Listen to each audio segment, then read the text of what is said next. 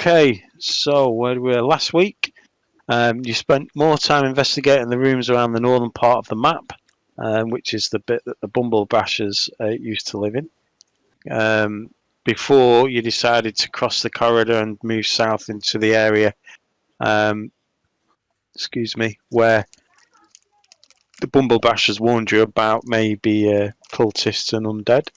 True to their word, you discovered a secret door and came across some undead creatures that Edna identified as wights. You fought hard with these creatures, and Alak nearly died a couple of times, but was successfully brought back from the brink by Edna's healing and the use of a health potion or two. Three of you found magical items that each gave you a +1 to hit. As well as you discovered a glowing ward on the wall. Speaking with Alak, he informed you that this ward was something that the Hell Knights used to use, using the phrase of fight fire with fire, and they quite often used to summon the undead to protect what the Hell Knights had buried here. What does concern him is he'd have thought it should have disappeared when you killed the wights, unless something else was using the ward to stick around. You moved on into the room where you are now, and you discovered probably the reason for why the ward didn't vanish, and that was you discovered a skeletal Hell Knight guard that had a few of his skeletal lackeys around him. You've managed to kill the guard and the two skeletons, but Varys, as he dipped round the back to fight the skeletal guard, he spotted 3 more skeletons just off in the distance. During your searches in the rooms, you found, let me think. Yep, this is the week before, but it is knowledge that you're going to need. But you do know that there are 4 prominent Hell Knight warriors that have been buried down here, and have been buried with their favourite items, which is a bracer of missile deflection, a feather stepstone, a monkey pin, and some doubling rings. And that's where we're at it.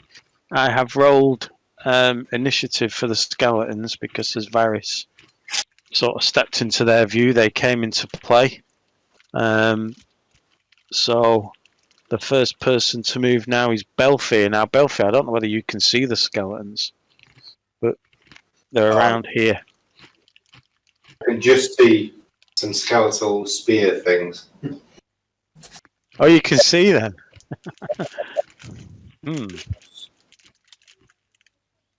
I think it might be because of Mowgli. Oh, yeah, we'll have to hide Mowgli, won't we? Sneaky Mowgli. Let's move Mowgli over there because he's not summoned. They're about here. I can still see them. Mowgli not give abilities like? Sorry? Does Mowgli not give abilities like that to help him view things? He shouldn't do. He shouldn't be given those kind of abilities anyway. It might be, because I can still see it. Yeah, I think we can see Alex and...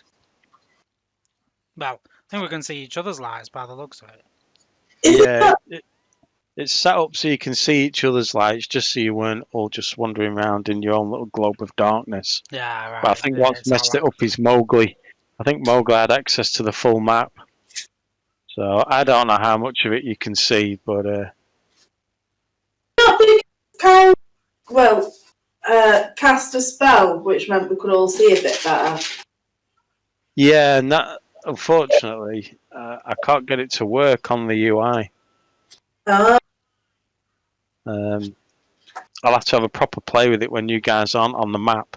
Because I can see all of it, you see, from my side. Although the map to me is slightly dimmed and I can see circles around you guys. In a perfect world, you'd only be able to see what your character can see, but I've changed it slightly. But I have a test character who I drop on the map so I can see. I basically log into a different session on Roll20, and I can see the map as you should be able to see it. So I need to have a play with that. If you ever want to spend half an hour, just give me a ping, Colleen, and I'll share what I can see and stuff. Yeah. Well, I mean, you've nearly done this map now. To be honest, you've got a couple of rooms down here in the central rooms, and then that's this particular map done. And then I'll have a think about how we're going to do the next bit. Cool. All right. So it's my go. It is indeed. So you're aware of? I'm assuming Varys has informed the group that there's more skeletons at the end of this corridor. Yes. Yeah, it's not There's something more you keep to yourself. skeletons. Yeah.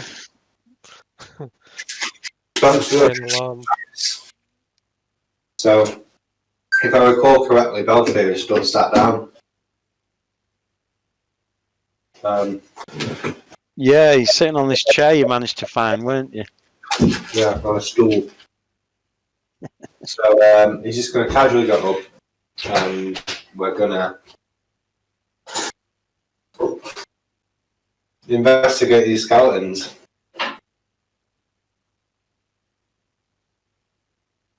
15 feet, I think.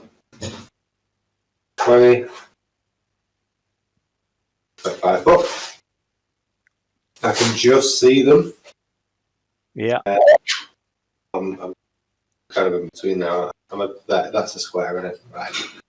Yeah, there's stone pillars that you can see in the middle of the room, but you can sort of walk around them. Yeah, in between them.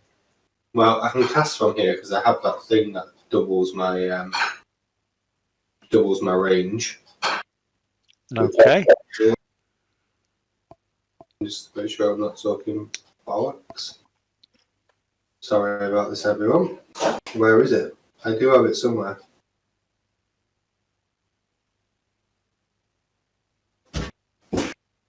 Where is it?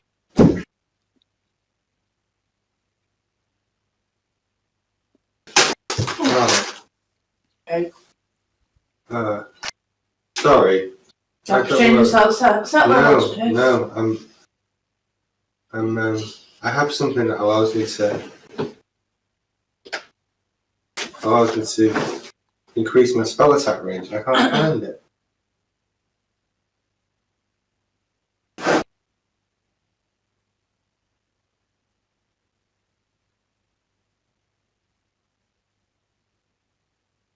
What? I found it so easy last week. Natural action. No. Reach spell, sorry, yeah. So I can increase the range of a spell by 30 foot with reach spell. Right, and I'm going to use electric arc. The good old fashioned electric arc. And that is a saving throw from UE, basic reflex. D4 plus my spell casting ability modifier for damage. Okay. So you cast electric arc. Let me see what my Sorry, basic reflex is. Reflex is +8. So I need a 15. that's alright, +8. Yeah. Doesn't sound right, that does it? A reflex of +8 for a skeleton guard. No. It should be quite.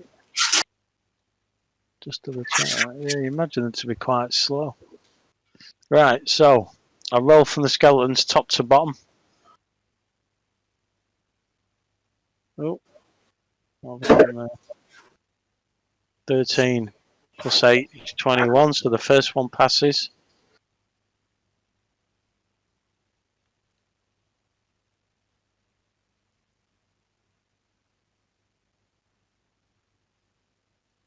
Second one passes. Oh. Third one passes. So unfortunately, the electric arc shoots off and just fizzles between the skeletons and carries on down the corridor. That's not a good start for the night. Not a good start, that is it?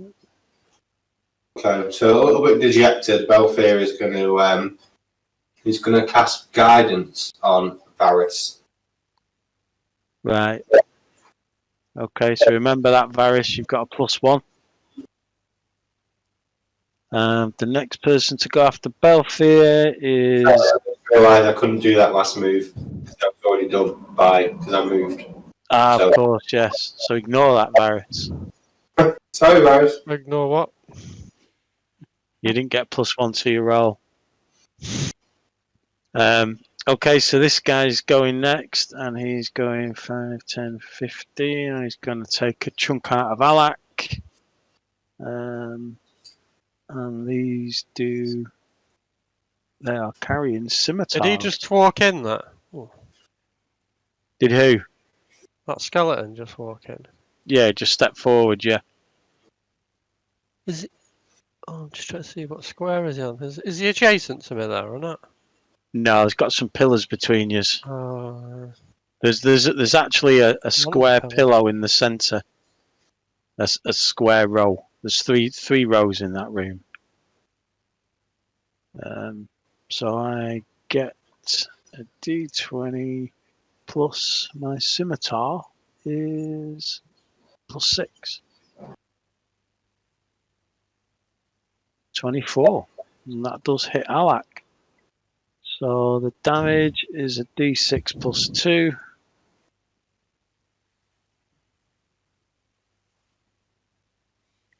Ooh, 8 damage for Alak. Puts him down to 21.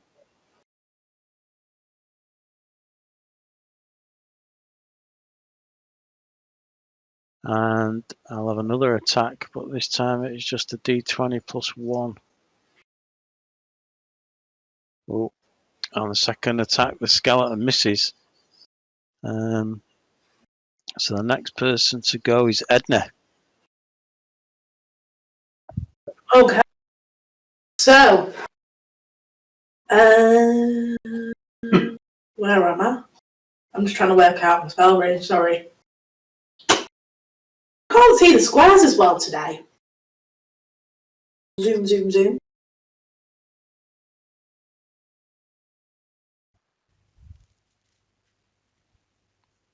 Yeah, those pillars sort of mess the squares up a bit, don't they?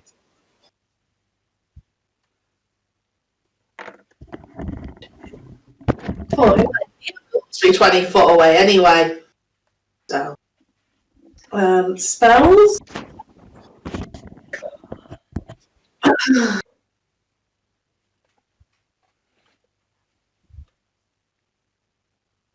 So, I'm going to disrupt the undead. Oh, okay. So, I target the lance. You lance the target with energy. I deal 1d6 positive damage plus my spellcasting modifier, ability modifier. The target must attempt a basic fortitude save. If the creature critically fails to save, it is also enfeebled for a round. So I want to go for this guy. Why is my clicking not working? Hold it. Oh. Ah, okay. That one? So you'll need to do a fortitude save. Fortitude, okay. So my fortitude is +2. So I need 13 on a d20. Nope, fail. Oh, you failed. I failed, yeah. So Oh, your spell does indeed hit. so 1d6 plus 4. It is plus 4, plus 4, plus 4. Yeah, 1d6 plus 4. Okay. Here it comes. Prepare yourself. Oh.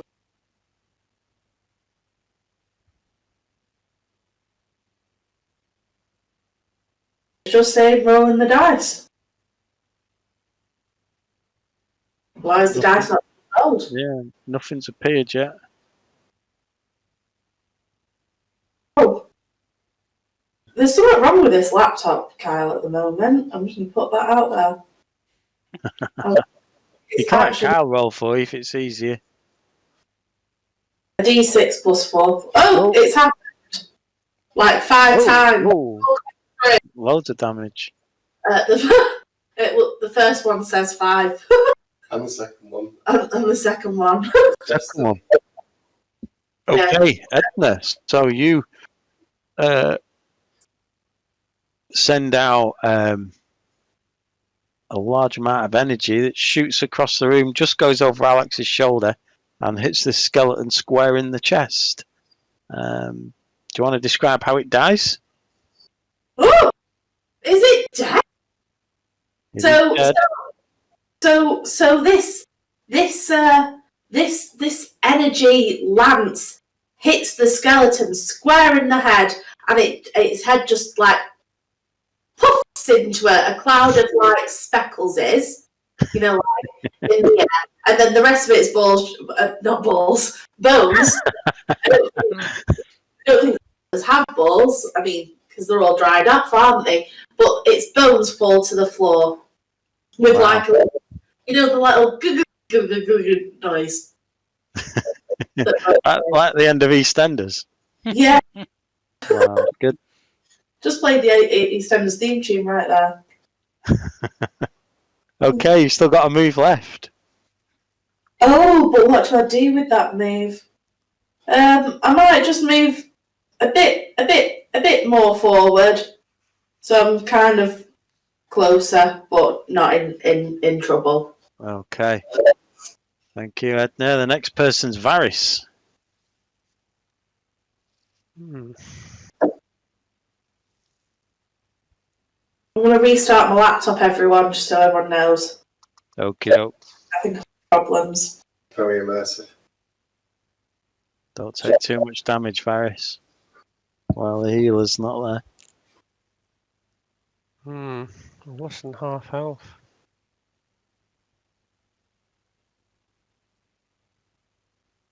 You are indeed. I think what I'm going to do is I'm going to put my shield on for my first action. Okay. Not that, yeah.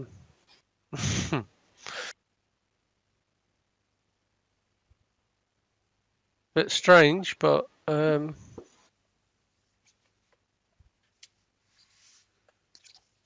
not going to do anything else.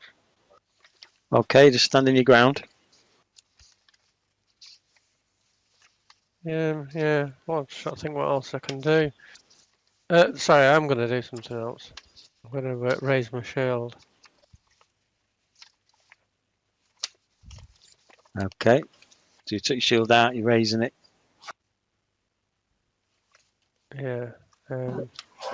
I've left my my big pick on this time rather than my small pick. Right. Take your pick. I have done, yeah. Yeah, so I've raised my shield because I couldn't move, attack, and raise my shield. No. So I would run over there and raise my shield right in front of him. Aha! And I just put my you shield in suddenly the air. started echoing. Or is it just me? I can't hear an echo. No. Echo. It's gone now. The sound is off. Yeah, no, it's gone now. I'm done. That's me. Is that you done then, Varys? Yeah.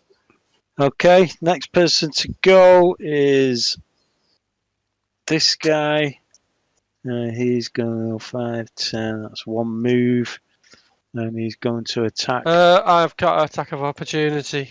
Moving in there. That's why I didn't run up to him. Yeah. And do it. Okay. And I've. You need these tough creatures. 16. Armor class 16. They've got. Oh. Yeah. No. Got nothing to add to that. That is lame. No. Okay. So this now gets a d20 plus 6. Or it misses on its first attack. And its its second attack and final attack is a d20 plus 1. And it misses on its second attack. And the next person to go is Wigbeard. Hey. I think we're responding to control what's on. Right, well.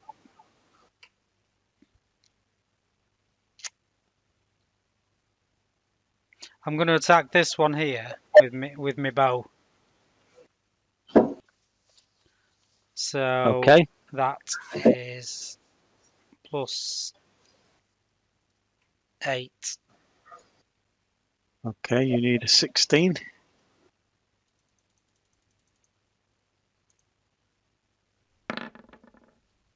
And there we go.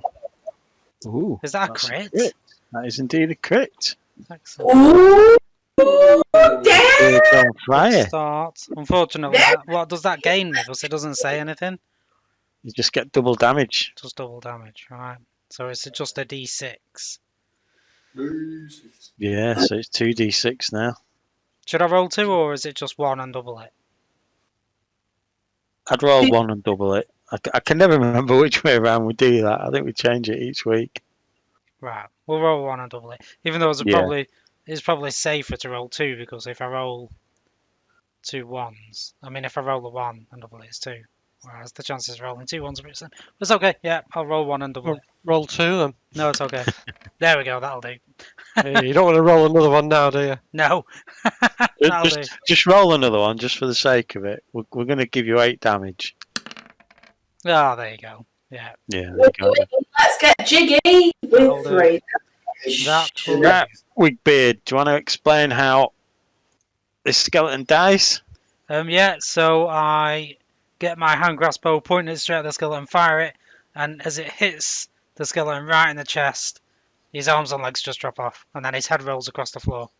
And it stops at my feet, and I just put my foot on it like that, and then light a cigar. Wow. It's like the Hamlet. Oh, he's going for the panache. Yeah. That's that skull rolled 30 feet right to That your was- feet. That's Yes, it did. a Yeah. hell of a hit, that one. It was a crit though, so there you go. Yeah. that'll do. And the last person I've to still go got another is- action. Oh, you yet, have? so Yes, sorry. I'll reload for my second action. And Yeah. then I'll take another shot at this one. How far away is that? 5, 10, 15, 20, 20. Oh, plenty. I think my crossbow does 60 range. There's about 60, aren't they? Yeah. So it's plus 3 this time, plus I've not got finesse. Yeah. Oh, never mind. We It was tried. couldn't quite work out whether it was the 1 foot on a skull or the cigar smoke, but something put you off on that attack and you just missed the skeleton. Cigar smoking. That way. This guy is stepping forward and actually it moves that way towards Alak and then just slowly wanders this way towards Varys. There is a reason for that. And he will have an attack on Varys.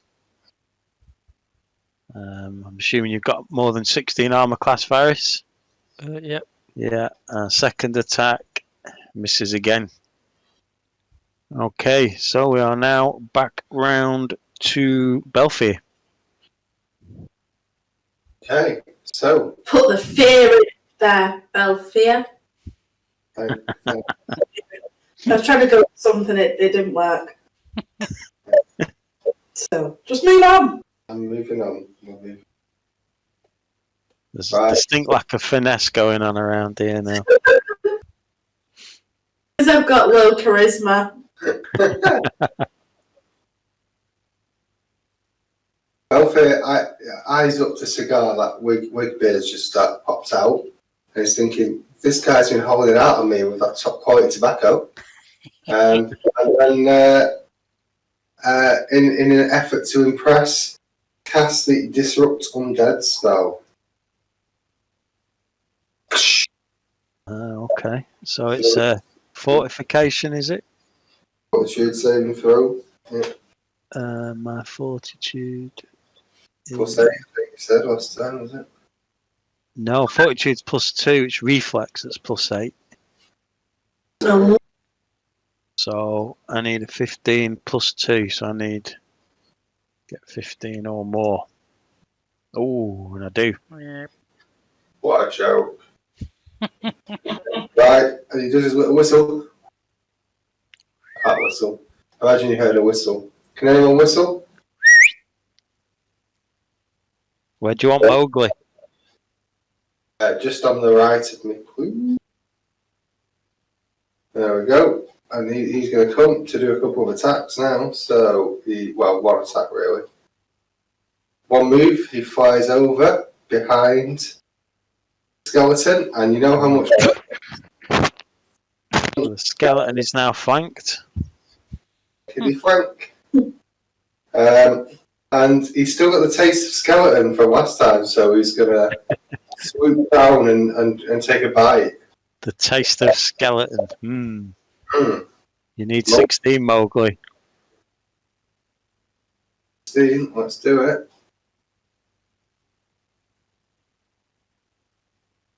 Got it. Plus, I think it's +7. We'll check.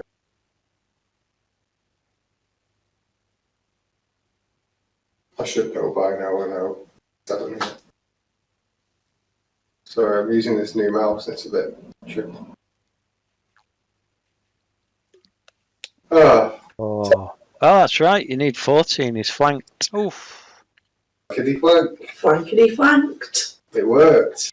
So roll your damage. Damage time. 1d6 +2. So it's this d6 +2. So it's a 4. 4. Okay. Mowgli. Do you want to describe how this creature dies? Yeah. Mowgli swoops down head first. Caw! Thank you for the sound effects.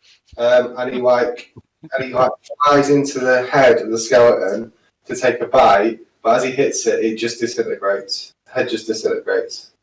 Wow. Okay. So yes, all 3 skeletons are dead. You successfully defeated those. Alak is a bit aware of the fact that this skeleton shambled towards him and then suddenly made a beeline to move away from him. And he can only assume it's because he's wearing his Hell Knight armor, and he's under the assumption that maybe this ward is to protect the buried Hell Knights down here from what would be seen as strangers. But because he's wearing Hell Knight armor, he thinks the creatures see him as an ally. So Is don't that, is that your dad? No, it's not his dad. Your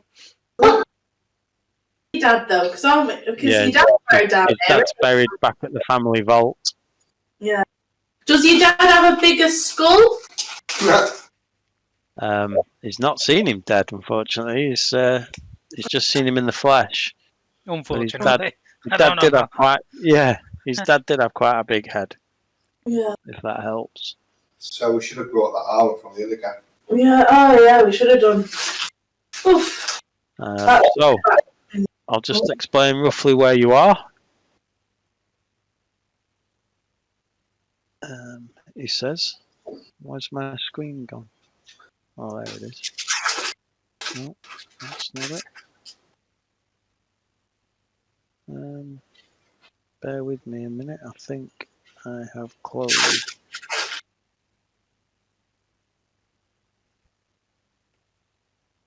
I think I've closed me.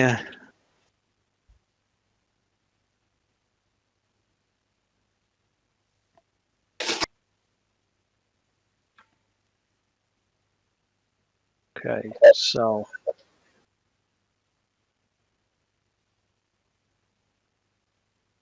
I'll just explain where you are. You are in B13, which is the Hall of Graves. So along the southern wall here is a large relief carving of a sunburst made of nails. Instead of typical flagstones, the floor is made up of headstones with names and dates. Curiously, 6 of the headstones seem to be pried open to reveal empty graves within. And it didn't take a large amount of intelligence to work out where those 6 contents of the headstones were. You've just successfully defeated them. Sorry about this, Alak. We seem to be powering through all of you folks. At least your parents are safe in the old family vault, eh? Yeah, I mean, he's not happy about the fact we're killing sort of dead Hell Knights, but he is under the realization that you're doing it for a good cause. Yeah. Well, what's your alternative, Alak? Sorry, I didn't hear that. Balfour's talking to Alak and saying, well, what do you think the alternative is? They're attacking us. There is no alternative, really. It's a lawful quest that you're on to clear this area for the Bumble Brashers. You're doing it for a good reason. Good. I appreciate it makes you feel a little uncomfortable, so close your eyes next time I disintegrate a skeleton.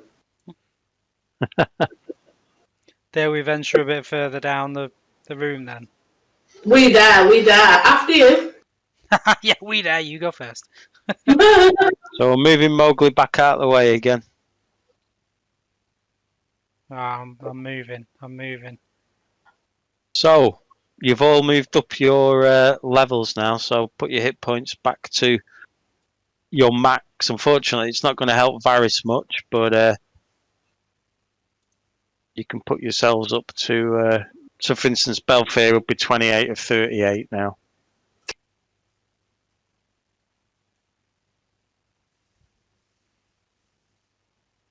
Oh, I suddenly just feel a little bit healthier. Ready, Brett Glow? Already black glow. Last dead.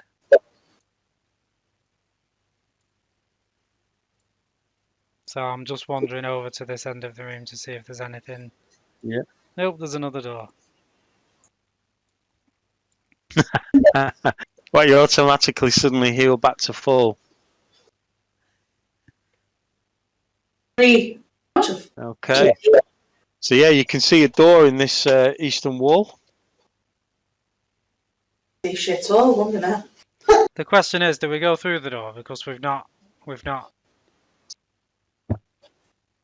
kind of like been to the left. We came in and came straight to the right. So do we want to finish up in here, or are we just going to go through the door and see what's through there? Did we go to B12 and B14? Is that what you're asking?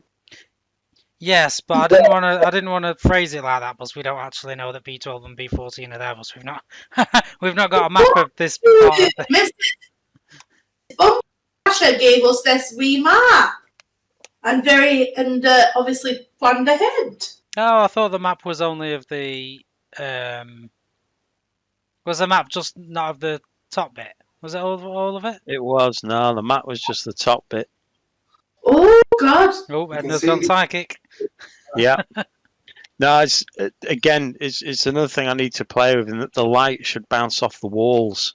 So, for instance, if you're in that corridor, you won't be able to see anything outside of the corridor. But that's something I still need to play with. Well, while we're here, we might as well see what's on the other side of this door. Are we going to search in here, or are we just going to go straight through?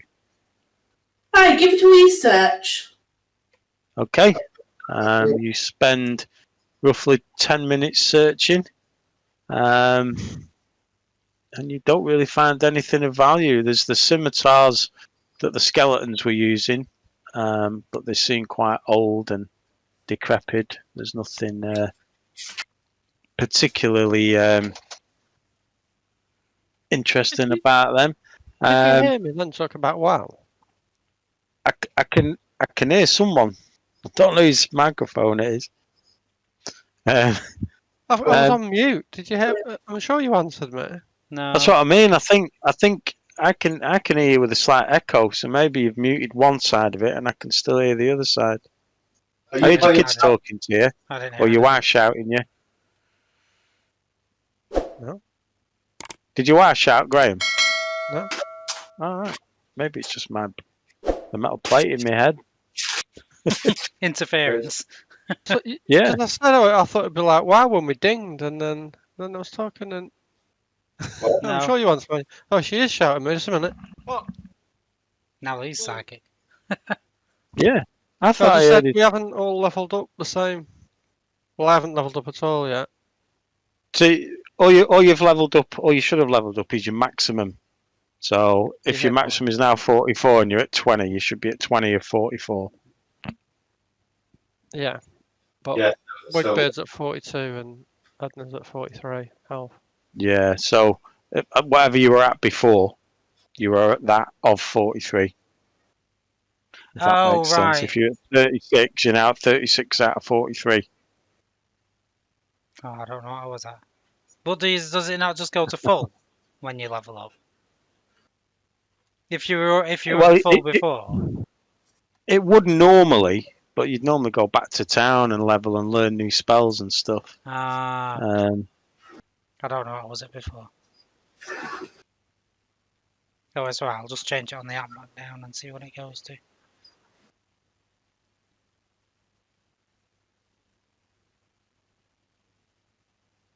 Somehow, probably need to have a look at that. I mean, someone's asked something very similar. 30. Oh, okay. So someone said, I believe the default assumption is that you gain hit points equal to the amount you've just gained when you level. So if you're at full, you move to full. If you're injured, you just get the additional hit points you would have got when you leveled up. That makes sense, doesn't it? Go back to that makes 42. sense because it sounds weird, doesn't it? Like, oh, I've just leveled up. Right, I'm just going to bandage my arm. Yes. Yes, that's true. Yeah, so while you've been searching, there's just some rusty scimitars on the skeletal guards, but the skeletal Hell Knight was carrying quite a nice looking halberd, which is like a large axe on a stick. Sounds like something Fantastic. Barris would want that. Yeah, that's what my other character had in that last thing we did. You know, them little creatures. The kobolds. Oh yeah, little Yeah, the cobalt cobalt. guys. Yeah. So I think with a halberd you get a reach of 10, Yeah, so you can attack 10 feet away with it. yeah, it's pretty good. Are you picking up the halberd, Varys? Um, Are you touching it? I nearly said yes until you said that last I'm only kidding. Yeah, I'll pick it up. Yeah. Okay, you pick it up. Yeah, it does feel quite light and quite easy to swing around. Damage is 1d10 and pierce. That's not bad. Yeah. Okay, that's all you find in the room. Very good. What say you, chaps? We go and have a look at these other rooms. Yeah. To the west. Oh, to the west. We're not going to go through this door. Well, I feel like that is going to take us somewhere. Something's telling me that once we go in that room, we're not going back. Right. Well, we'll carry on through here then. If you want. We'll head back up this end. To where we came from. I think Oh, Edna's... look. There's a room. There's two Oh, rooms. wow. Oh, wow. Who knew? So, Who? I'm going to venture into B12. But Cool. I'm just gonna kind of like stand here and look in before I go dashing in. You're going to sneak. I'm gonna sneak, yeah. Okay. You're going to sneak before you dash. Yes. Sneak and then Sneak. dash. Sneak and dash. Sneak. Okay. Sneaky, So sneaky. you don't spot anything out of the ordinary, Wigbeard. In this room, 4 monuments loom in this dark and somber room, each with prominent carvings of black-winged angels and various stylized pentagrams. Burnished plaques along the floor next to each coffin bear the names of those interned within, while atop the northern wall near the ceiling, the words "Coffins of the Nail" are carved in prominent relief. Alak steps forward and says that these does look like the honoured final resting place of those 4 highly important Hell Knights in the Order of the Nail's history. He does say he is aware that they were buried with their own personal items, and while he's not happy if you do decide to take them, he won't stand in your way. So Do actions have a morality modifier on this? sorry, say that again. Certain actions affect your like morality on this. No, not really, but maybe for Edna, who's lawful good, probably wouldn't relish in digging up bodies. Yeah. Just, Um, if like, for instance, Edna is pretty reliant on being lawful good.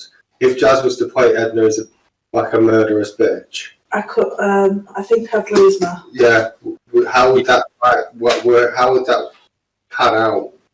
Would you add bits to the story to say like, oh well, this is a bit out of character for Edna or something like that? yeah, I mean, there's certain bits that within the sort of module that I've got that says, if they do decide to do this, then make a note that this character, if you've got any lawful characters, they wouldn't want this to happen, but if they do, then make a note of it, etc.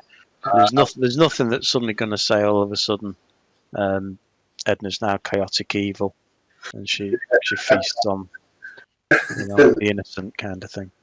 That'd be funny though. I mean, there's usually excuses around it. It's like, say, for instance, Alec wouldn't normally be part of this, but he's aware that that in fact it does actually say in here. Let's see if I can find it. There was something about the evidence. What room are you in? B12 now, isn't it?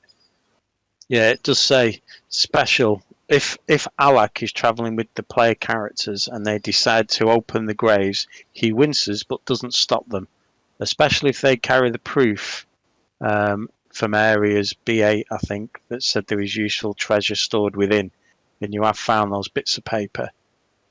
Just don't desecrate the bodies, he will request. Much as it pains me to disturb these tombs, I understand that any magical treasures you find here will help your cause. So that's his basic go-to response. Oh, right, okay. Well, I've already dipped the bottom one. This is mine. So in terms of the actual coffins themselves, there is 4 of them, and I don't know if any of you kept the piece of paper that mentioned what they were, but there's Mistress of Blades. She's called Zira, and she has braces of missile deflection. There's a Master of Blades. He's called Renton, and he has a feather step stone. There is somebody called Paravicar Yanesta, who has a monkey pin, and there's a Paralictar Loreen, who has doubling rings. I mean, I can tell you what they are because it did mention it in the text. So Doubling. put yourselves in front of each coffin. Whoever wants which coffin. I mean, I don't suppose it matters unless you're just going to palm the items yourselves and not share them. But... So, Wigbeard, Yes. you are in front of I bet- Paralictors. Ah, The doubling wings. they Sure. sound good. Varys, you are in front of Xera's, which is the braces of missile deflection. Belfier, you're in front of the monkey pin, Yonesta's coffin, and Edna is now in front of the feather step stone. Can you all please roll a d20 for me? Eek. Oh my god. Wow. Oh, Edna's just rolling d20s for fun. it's You weren't I happy with your first roll. No. don't know. Right. I'll tell you what, scrap that. Just roll a d20 for me in order. So Belfier, you roll one first. Because they all just suddenly appeared in one go. Okay, you can't open the coffin lid. Varys, can you roll first? Oh, Yep. I'm just telling Strong everyone. as you are, Varys, you can't open this coffin lid either. Edna? Going on. Edna, unfortunately, you can't open the coffin lid.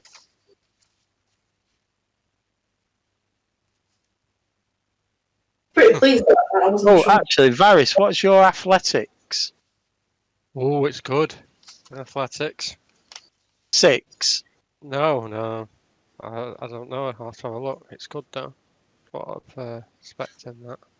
Where does we find it? Where do we find it? Skills. Athletics 11. Oh wow. Okay, apologies. You managed to get your fingers underneath, and with a bit of a twist and a swirl, you managed to sort of jig the coffin to one side, and the lid slides to the other, revealing the body of Renton. Yeah, you're sat in front of Renton, aren't you? Rent. Renton, the master of blades. Oh right, it's not the guy from that film. Yes. Pulp. Train Spotting.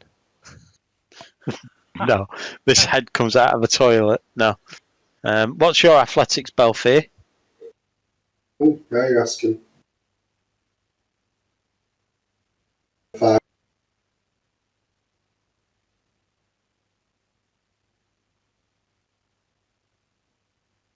You hear me? 5. How many? 5. 5. Okay, so you also managed to lift the lid, and you find yourself in front of the decomposed body of Xera, the mistress of blades. So she has a bracer of missile deflection. If you want to lean into the coffin and take it, Varys, you see a feather step stone next to the body of Renton. Edna, unfortunately, you're huffing and puffing at the coffin lid and can't get it to budge. Wigbeard, can you roll a d20 for me, please? Okay, And add your athletics to it. 10 plus 5, 15. Yeah, so both Edna and Wigbeard are sort of going red in the face as they're pushing and pushing and still can't get these coffin lids to move. Is this a Wigbeard, perform action? Because I've got acrobatic performer. You're an incredible acrobat, evoking wonder, and then rapturing audiences with your prowess. It's almost a performance. You can roll an acrobats check instead of a performance check when using the perform action. Is that what does that? What does that allow me to do? Oh. Perform any? Are you going to kind of do a dance or No, but something what's on the top? perform action? Is that performing anything, or is that performing as in actual I performing? think it's a performance. A Yeah. performance, not just performing anything. Right, okay. Like karaoke. I'll try. Yeah. I've got visions of you like doing some sort of dance and then doing With my tights on. a double somersault off the thing, and as you do a double somersault, you pull the lid off it Yeah. as you go over or something, Yeah. and gain one panache. No, so both Wigbeard and Edna are struggling to lift the lids on theirs. Ah, lame. Lame. So how does this work then? Can we help them out? I'm gonna. Can Didn't I want a like, try stupid and use doubling ring anyway. the hellbard to try and prise it open? Can I put something in Belfie's bag, please?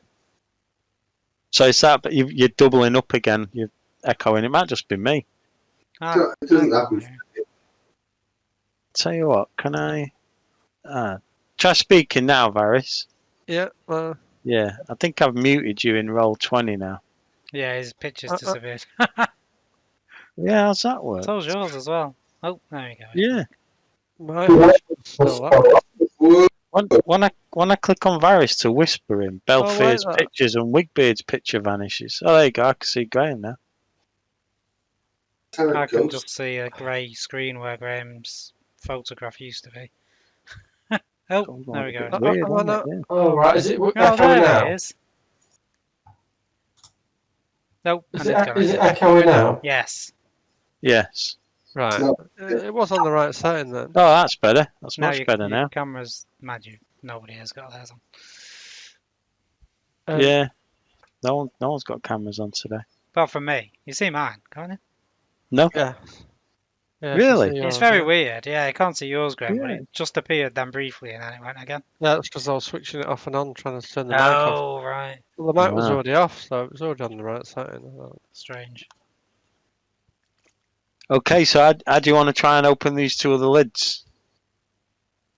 I'm going to try with the halberd. It's The got a lot of halberd. leverage on it. It does indeed. So you want to try and wedge the blade of the halberd in the... I've forgotten what the actual blade looks like. It's just like imagine an axe head with a spike on it. So it's like a spear, but with an axe head to the side of it, on the end of a pole. Oh, it's like got a pointy end, but then a bit Yeah. further down it's got an axey thing. Yeah. Vicious looking thing. Yeah. No, I'm just going to try and... What about if I we don't- tied the rope around it? Could we tie a rope around it then, like, is there anything to hook it over on the ceiling? You know, like, and then pull the rope. Would that work? Or is there nothing on the ceiling? No, you can't see anything on the ceiling. Yeah.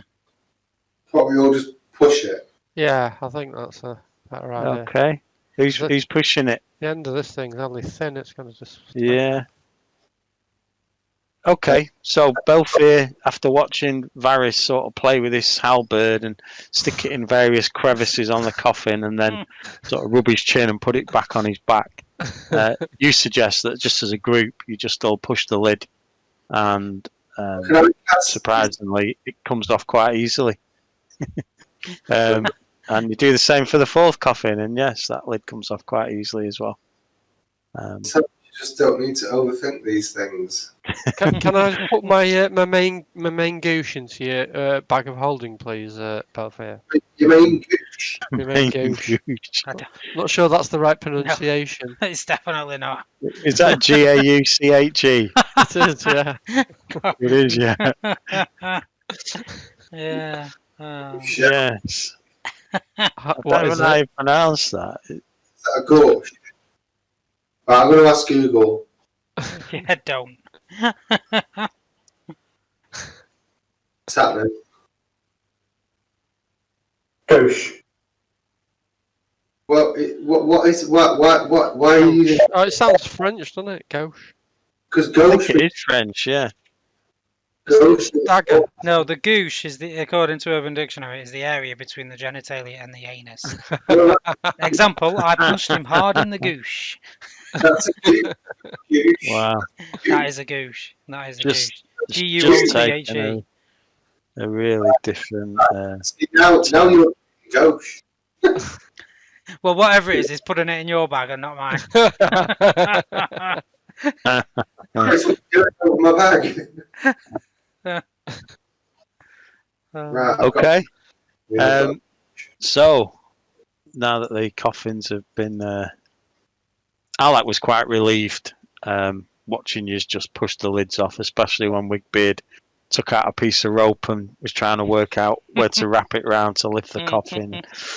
So Edna, you help yourself to the monkey pin, and Wigbeard, you help yourself to the doubling rings. So because these items have been described, I'm just going to tell you what they are rather than you have to waste time to explain them all. So, Belfier, you picked up the braces of missile deflection. These are braces made from plates of durable mithril and gleam like the summer sun. The way these work is once per day. A ranged weapon attack hits you but does not critically hit. So if you get a ranged weapon attack that hits you but doesn't hit with a crit, you can use these items to make yourself aware of the attack, and you can send the missile off course. So you get a +2 bonus to armor class against the triggering attack. So basically, once a day, if a range attack comes at you, you can use these to get a +2 defense against that attack. Varys, you picked the Feather Step Stone. The braces, by the way, Belfier, are worth new 52 gold, so you would get 26 for those if you chose to sell them. The Feather Step Stone, unfortunately, Varys, is a consumable, which means it gets used up when you use it. And you need to be an expert in acrobatics to use it. And what it does is you ignore the effects of any difficult terrain or greater difficult terrain. So basically, if you come across something that would normally slow you down or you'd struggle to walk across, you can use the Feather Step Stone until the end of your turn, and you walk across things as if you were just walking across a normal floor. But you do have to be an expert in acrobatics to use it. You probably won't be too pleased to know that brand new these are worth 8 gold, so you would get 4 for it if you tried to sell it. Edna, you opted for the monkey pin. Unfortunately for you, this is also a consumable. You attach it to your armor. You need to be trained in athletics to use it, and it helps you climb. So when you activate this using a climb action, you move your full speed during the climb. So if you come up to a wall which you'd normally need to climb at a slower speed, you can use the monkey pin and you would climb at full speed. Say this because I'm never going to be trained in athletics. It's worth brand new 6 gold, so you could sell it for 3, or like I say, I don't know whether, I think we decided, didn't we, last week, we're not going to waste time debating who gets what. We'll just put them to one side, etc., unless you actually want to use I'll swap one. you for a Featherstone step. No, you can have it additionally. You can have it. Well, no, you can have Oh it. no, I'm really not bothered. Honestly, I feel really bad about doing this, and I feel like it's actually dirty. Yeah, there is bits of mummified skin still stuck to the monkey pin where you wrenched it off the body, hadn't it? Nice. I mean, like in my so knock yourself out, Barris. What is it? What's it It's called? a monkey pin. A monkey pin. Yeah, you tie it to your armor, and whenever you need to climb, you can use it to move full speed up a particular wall or tree. Or It's my gift to you. Just next time we're in the tavern, make sure you tip the waitress. okay, and finally, Wigbeard, you opted for the doubling rings. Good news, these aren't consumables, so the effect that they have, you get to keep. This item consists of 2 magically linked rings, an intricate gleaming golden ring with a square cut ruby, and a thick plain iron ring. I'm just thinking Varys might be more interested in this. When you wield a melee weapon in the hand wearing the golden ring, the weapon's fundamental runes are replicated onto any melee weapon you wield in the other hand. So basically, you put the gold ring on one hand, the iron ring on the other, and then whatever weapon you're carrying in your gold hand, the bonus to attack and damage is automatically passed on to the other weapon. So say, for instance, you had a magic axe that was 10 to hit and 8 to damage, and in your other hand was a wooden club. that wooden club now becomes 10 to hit and 6 to damage as well. What would be the advantage of doing that though? That exact reason. If you've only got one weapon, you've- you can pick up, say, a wooden. Would it still be But you've- versatile on that?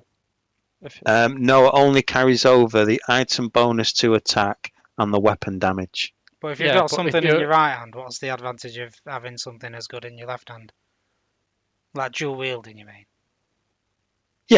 Yeah. So say for instance, I don't. Do you need to have dual wield as a skill? no, Don't think you do. So for instance, you've got your rapier in one hand. You could pick up a dagger in the other hand, and if you wear these rings, the dagger would hit as if it was a rapier, But you'd and it need would do some damage as if kind it of was a attack rapier. that was like a slice. Or is it a slice that you've got, Varys?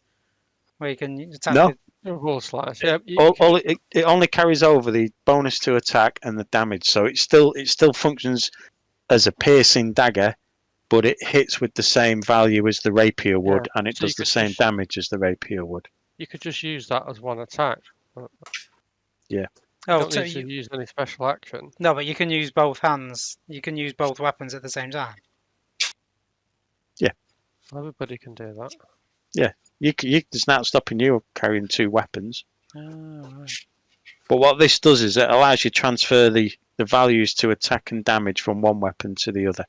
Yeah, Right. but so if the weapon you've got in your offhand is like versatile, so it's only going to get a -4 for the second attack, that still stays the same, does it? Yeah, the only thing that transfers over is the plus to hit and the plus to damage. So if it's a +5 to hit and it does +6 damage, that gets transferred to the weapon in the other hand. It only works if you wear both rings, and it ends as soon as you cease wielding a melee weapon in one of your hands. Consequently, the benefit doesn't apply to thrown attacks if you're holding a weapon but not wielding it. So if you're That could be throwing a quite dagger, useful to yeah. you. It'd um, be useful to me, obviously, but I think you could use that as well, couldn't you? well, Um, anyone could if you choose to carry a second weapon. So, for instance, if you pick up a really crap dagger that's only +1 to Yeah. hit and does a D4 damage, you could put that in your left hand if you're right-handed, and then if you've got an all singing, all dancing sword in one hand, the dagger gets that value as well. So how does that It's like work in that- terms of attacks though? Is it still one attack action? No, you've got to attack both still, but when you attack with your dagger, you would use the values from your other weapon. Right, so it's two attacks, two actions to attack. Same as Varys now. Right. What? So yeah, I could you might not look just into use that. the offhand?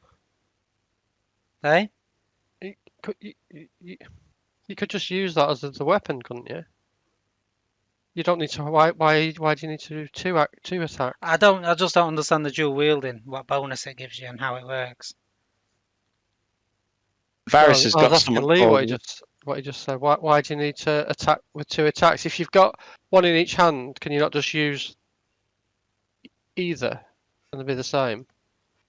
No, you still got to swing separately for him. I know. Yeah. That's what I'm saying. But if you just wanted to swing with your left hand, Yeah. you would just get the same benefit, wouldn't you? Yes. Yeah. But there'd be no I've advantage got- of just doing that when you've got your. Well, there weapon in is. your hand. Yeah, there is. It's like what I just did on my last thing. I put my shield in my left hand and I put my big pickaxe in my right hand. But what I've been doing beforehand is I've been putting my little pick in my right hand. But I wanted to go for more damage. Yeah. So in your example, if you wore them and put your big pick in your main hand, I'd your have little like two pick would big always picks. do the same damage as the big pick. Yeah. Oh, actually, would that mean it would do the same damage? Oh my god! So my actual shield could do the same damage as my big pick. Only works as a melee weapon. Yeah, So- it is a melee Would your weapon shield class as a melee weapon? Yeah, Yeah. it does. Then yeah. with my shield boss. Oh wow! Well, you might as well have them, but it's too confusing That for would me. be So there you go. 100, awesome. 100 goals worth of doubling rings. Do I'll they're worth 50, but 25 second hand. There you go. And the third hand as well. have a featherstone. I'm alright for stepstone. feather stones, thanks. Well, you're the only one that can use it anyway, aren't you? Keep it. Oh, was it? What did you need? Acrobatics or athletics? Yeah, you need to be an expert. Well, in I'm plus acrobatics. 8 on acrobatics. So. Yeah, but I'm sure. I don't think I'll be leveling it up. You say acrobatics. Yeah, I think you start off as trained in it, and then you Yeah. become expert. Do you? I'm There's like trained 4 at the levels moment. to it, and then master, and then is it legendary? Yeah. So. Right. Okay. I'll write that on my list then. Featherstone, whatever it's called. Oh my god, them rings are. I've just realised them rings are absolutely awesome for me. It means I can keep my shield in my hand all the time Yeah, I want to attack with you. and still get the same Yeah. attack bonus of having my pick. I think. I think that would mean that your shield carries the attack and damage of your. It says the fundamental. So it transfers the fundamental runes, and it says the fundamental runes are weapon potency and striking, which add an item bonus to attack and extra weapon damage. And it might need to have a look at that. Yeah, it might not duplicate all the stuff, right? But Yeah. anyway. carry on. Okay, so Alec's been waiting quite patiently next to this chair that Belfier found, and he's watched as you've helped yourself to the Looted his treasures. ancestors. He's thankful that you at least opted to put the lids back, and there you are. You're back to in this particular room. Where Right. would you like to go now? I presume there's nothing around the back of these. Let's just have a. Nope, nothing around No. the back. Right. Um, Should we head back out to where we've just come from and go south into the next room? Do you want to just highlight where that is? Just here. Okay. Should we do that? B14. Yeah, so we'll head here. I'll peek my head in again so we can see anything. Okay. So, Edna's stormed in front. I didn't realise we was peeking. I thought, oh, we're moving. I got excited. It's okay. We'll just dash in then. See what's happening. Whoa! Okay, so B14. Narrow stone walls filled with coffin-sized compartments stretched from floor to ceiling in this dark, claustrophobic chamber. Most of the compartments are occupied with shroud-covered bodies, though some of them are conspicuously empty. As you do sort of wander into this particular area, you see quite a strange sight, and they are in fact just floating skulls with blue flames in their eyes. And as you step up into them, they sort of rise up from the floor and head towards you. You need to roll for initiative, please. Oh, God. Let's forget what that is. Have you got level 2 initiative or level 3? I've still got level 2. Okay. Yeah, I don't know why. Is it +1 when it goes up? You just add one on if you want. Yeah, just add it on for now. Where's my pencil gone? Disaster.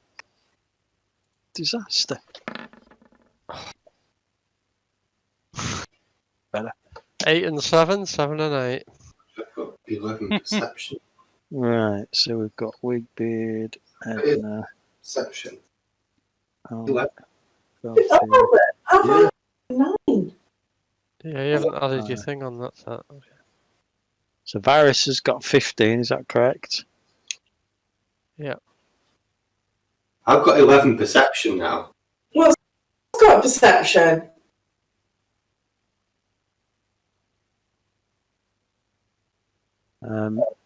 Good job. It is a good job, isn't it? Belfier's got 13. What? 9. 15. Edna, have you rolled? I'm just about to, but why is my I've got perception 4 on now? wisdom though. Have you got 4 wisdom?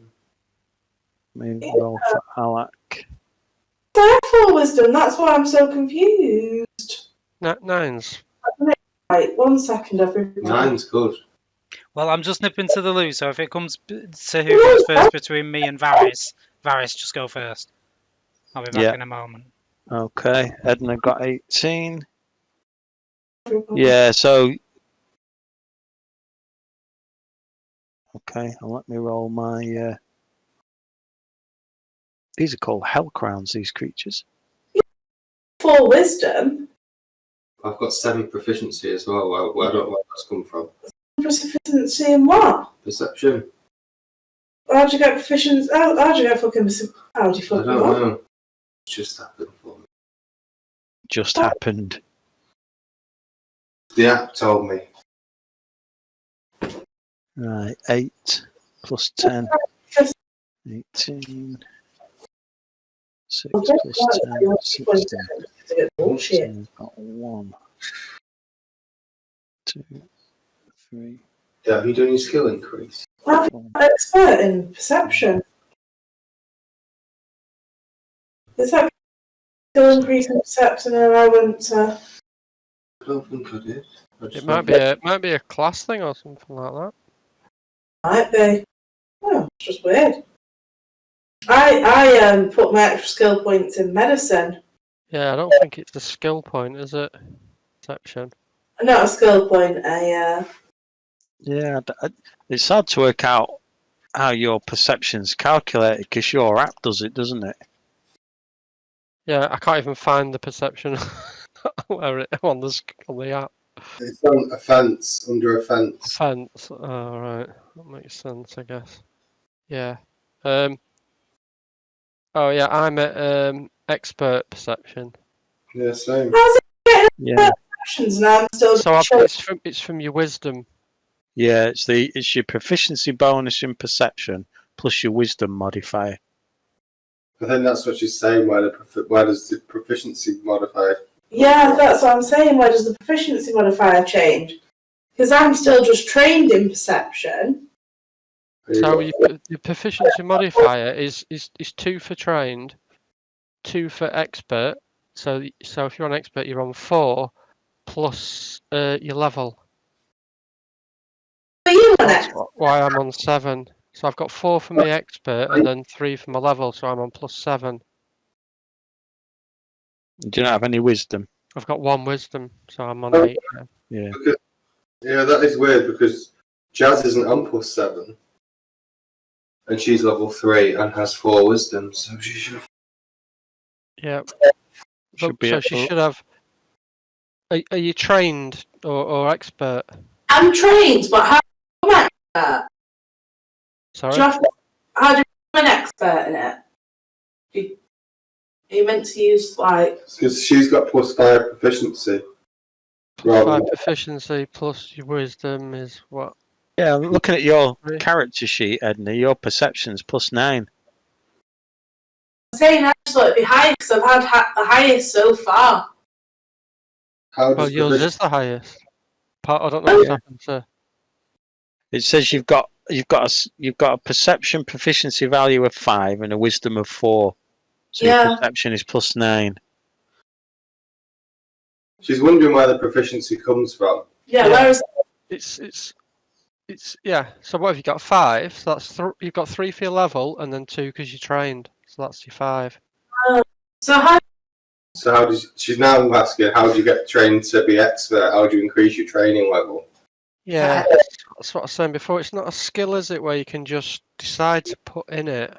No, it does think tell you it's right in the tied to top your left of your class. character sheet how you calculate your proficiency bit. Yeah, Literally but she under- wants to. You can see how we can calculate it. We've got that. It's Yeah. how you increase the proficiency. How you go from trained to expert. I don't know how I'm on it. I think it's just it's just the class. I think. Alright, okay. Oh, I've already rolled. I've just rolled a second time, but I thought I was having this conversation for that long. I thought I forgot to roll. No, But I we've wasn't. got you. You're actually, ironically, you're first anyway. So, I am first. Kevin, oh yeah, there we go. Yeah, it's based on class. Oh, it's based on class. Oh, it's based on class, everyone. After all that. Right. So, I am going to. Oh, you can get a feat to increase it as well. I'm gonna disrupt the dead on this dude here. Okay. Just let me pull that spell up again.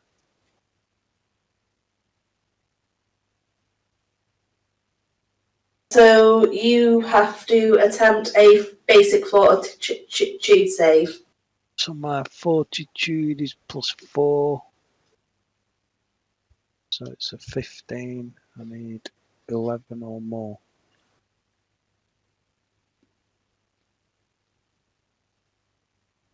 What's going on here?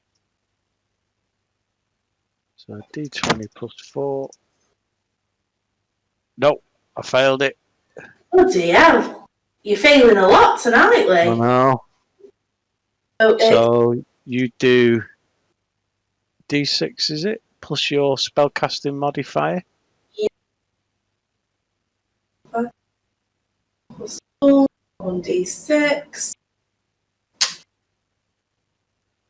Rolly. 6 damage. 6 damage, okay. Yeah. And So then it sort of snarls at you. But it's still there. and then I've got me warhammer in my hand. So I'm just gonna bonk it on the head with me warhammer. So let's see if I'm gonna attempt to bonk it on the head anyway. Yeah, you need to move to hit it. Has your warhammer got reach?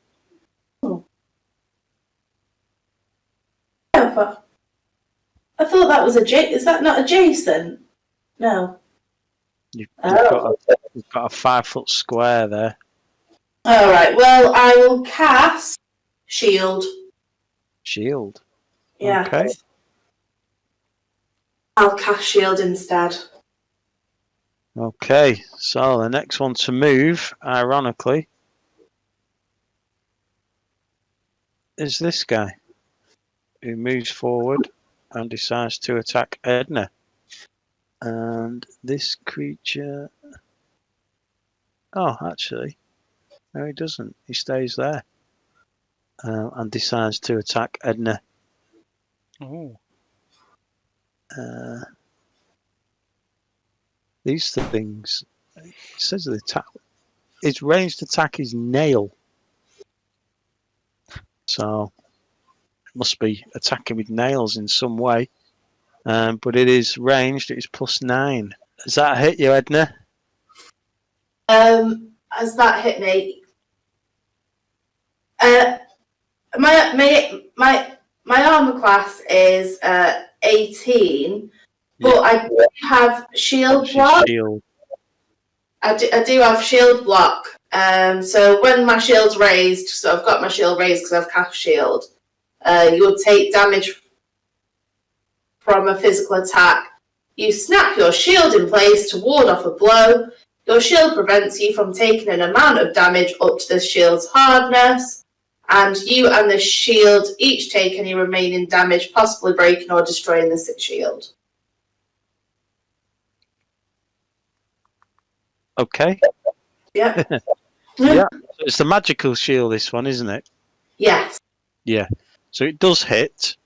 But I think you've got a shield hardness of 5. So I think what that means is any damage up to 5, your shield takes rather than you. Yeah. And this creature does a D4 +2 in terms of damage. Okay. So it does 5 damage. So you don't take any damage, but your spell is now defunct, as it were. Okay. No. But it is attacking again, and this time it gets a D20 +4.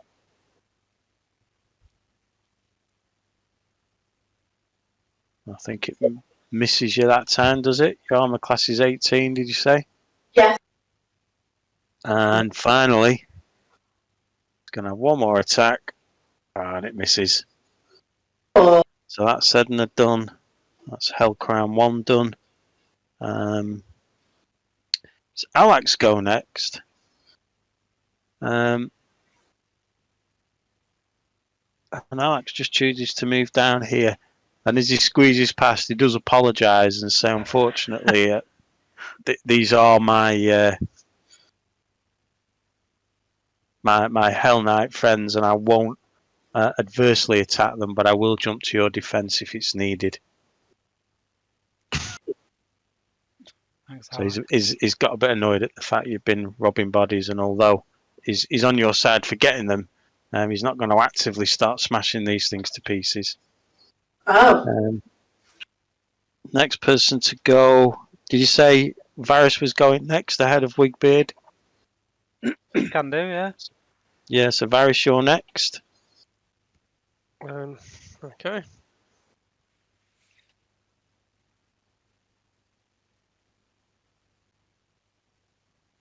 I'm gonna go there. And Okay.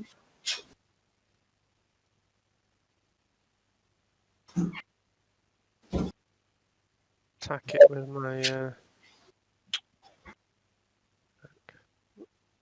my pick.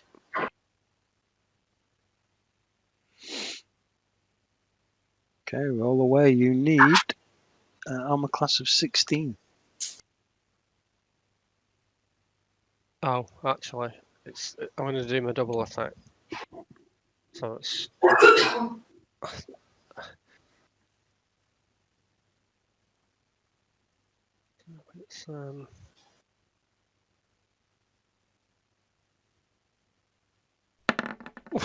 that's nearly a 1. That certainly hits.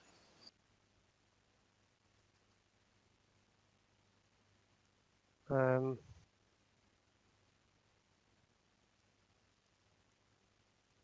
God.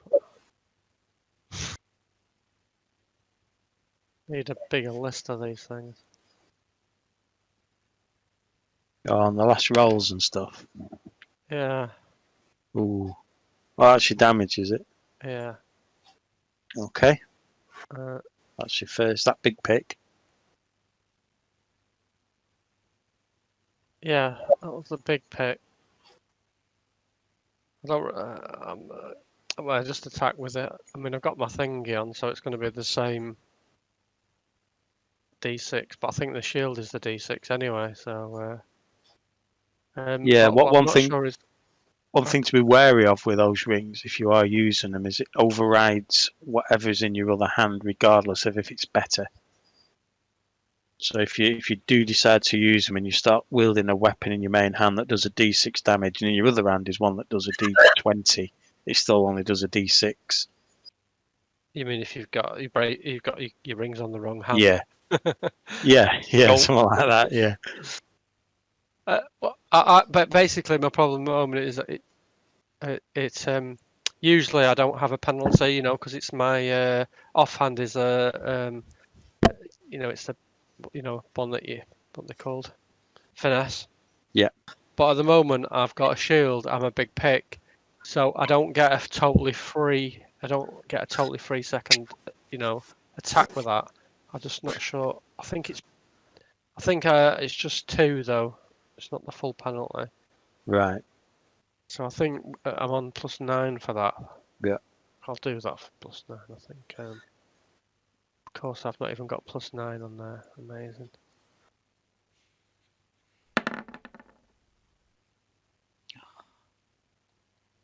And this is that second one. So that's your damage, 7. Yeah. Okay, so you step in front of Edna, and you stretch forward with your big pick and slap it right on the side of the head, and it knocks a few chunks off the side of its skull. But its blue eyes sort of burn even more fiercely, and its jaw sort of leans open as it snarls at you.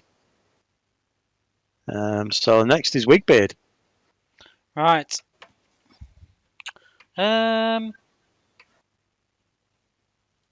So can I just fire my bow at them, or are they these Varys blocking line of sight? No, you can fire. You can fire at them. Right, so I'll fire at the one that's nearest first. Okay. So that's a d20 plus 8. You need 16. Nope. Nope. And then Just I'll reload fires off. Yeah. and try again. So it's d20 plus. You take 5 off, don't you? So plus 3. Yeah. Oh. No. You just miss on that one. Oh dear. So That's me then. Okay, so the next person to go is Belfier. Who's sat outside in the room with the chair and the cigar and the smoke. Yep. That's where I like to be. I'm going to cast Disrupt Undead from over here. Are you going to move from there? Because I think you're going to struggle to see him from where you are. No, definitely not now. So I've just wandered in. Just casually wandered in. Casual wandered in. Thought, these are more undead. Disrupt Undead. And then with spear. Whoosh. Right.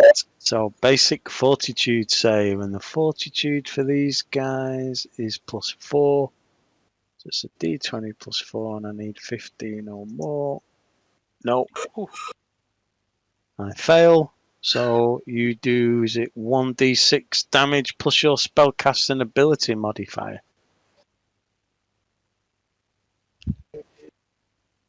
It is. Very good. Let's do it.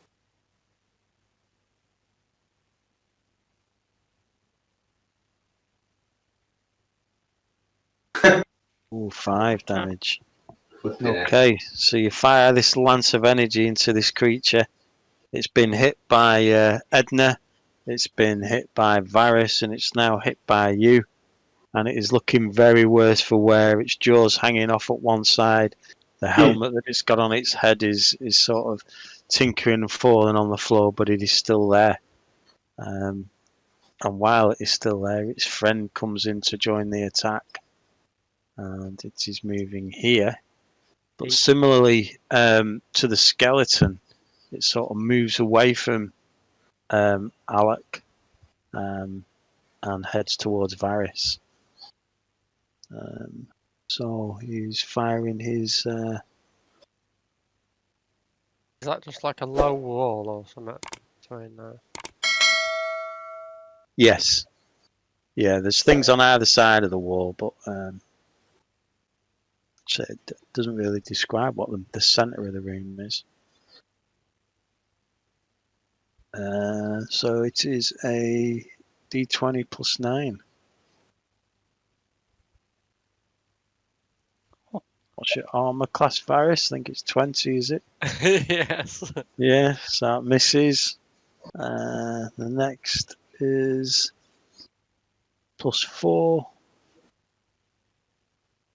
No, and it can't attack anymore because it moved. So now we are back round to Edna. Okay, so I am going to use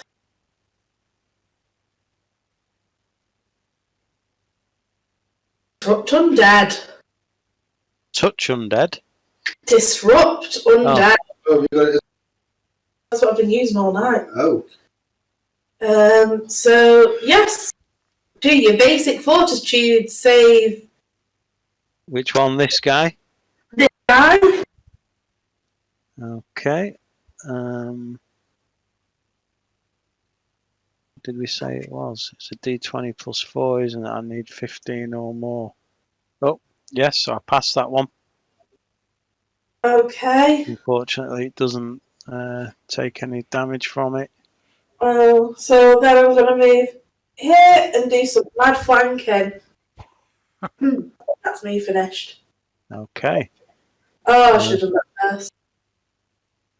So the next one to move is this guy. And as it sees you wander past, it turns towards you and decides to let loose with its nails. D20 plus 9. It misses with its first attack.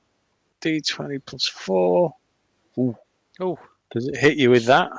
Yeah, see, Okay, so its damage is 1d4 plus 2.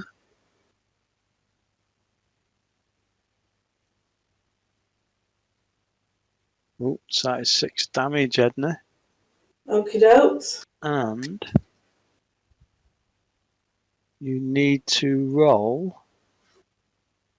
You've now been afflicted with something called Bleeding Nail, which says if the Hell Crown hits with a nail strike, the target must attempt a DC 16 Fortitude save. So you need to roll a d20 and add your Fortitude to it and get 16 or more. Fortitude. Fortitude. Plus 10 is my And fortitude. yeah, so you need d20 plus 10 and you need to get over 16. Oh no. No. So wow, you only needed 1 to 6 there. On a failure, the nail is embedded in the creature, so it's fired a nail at you, it's embedded in you, and it's made you enfeebled for 1 minute, and it gives you 1 persistent bleed damage. Is that a magical effect? Sorry? A magical effect? No, I think it's a physical thing. It's literally fired a nail at you.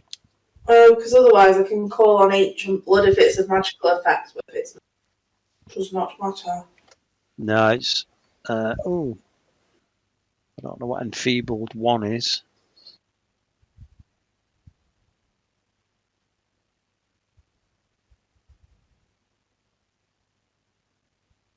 So you're physically weakened. You take a status penalty equal to the condition to strength-based rolls and DCs. So basically, you're enfeebled 1, which means any strength-based attack rolls or any strength-based damage, you have to take 1 off it because you're not feeling reach strong at the moment. Jokes. And it's still got 1 more attack. And it will be a d20 plus 1.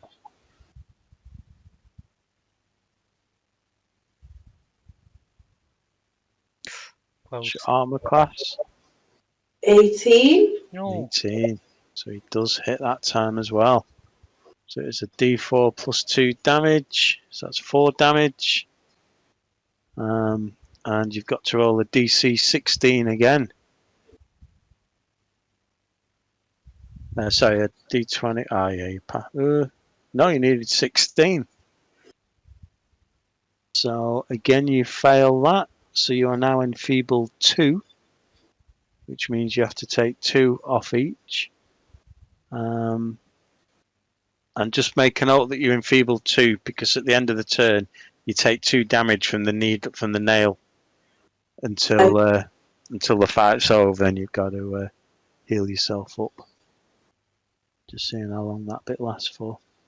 Oh, you can pull out the nail to remove both conditions. So you might have to use an action to take the nail out at the end of the next turn. Okay. Or both nails, in fact. So that's him done. So the next one is Alec, who has decided to move down here. And as he does,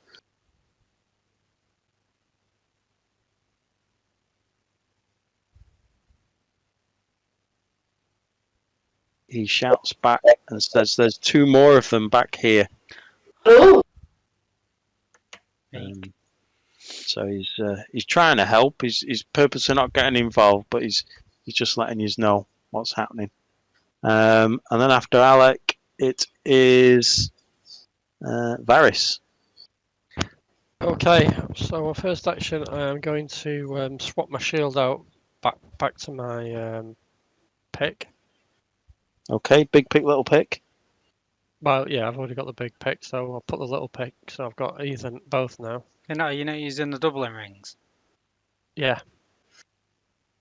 Could you Yes, not still use got that with them your on. shield though? Or is that not classed as a melee weapon? I could use it, yeah, but it wasn't really helping. Ah, It's the same. It's the same damage and attack exactly as the big pick. And right. in fact, it was causing. I didn't, because it wasn't a finesse weapon. Oh, right.